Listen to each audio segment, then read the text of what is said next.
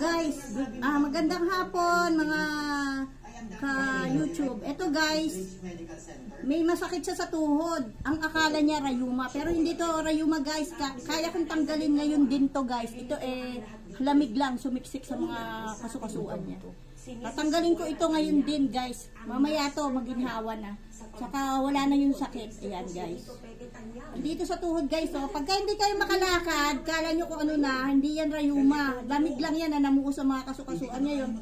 Pipisain ko para guminhawa, matanggal ko siya. Ito na guys ha. Ayan guys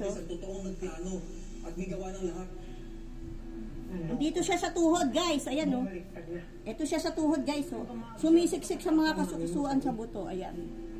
Mamaya to maginhawa na to pagkatapos ng hilot.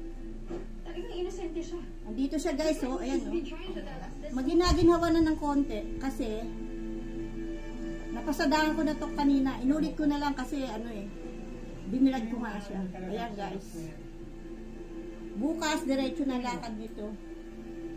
Okay guys. Pakipindot nyo po yung subscriber.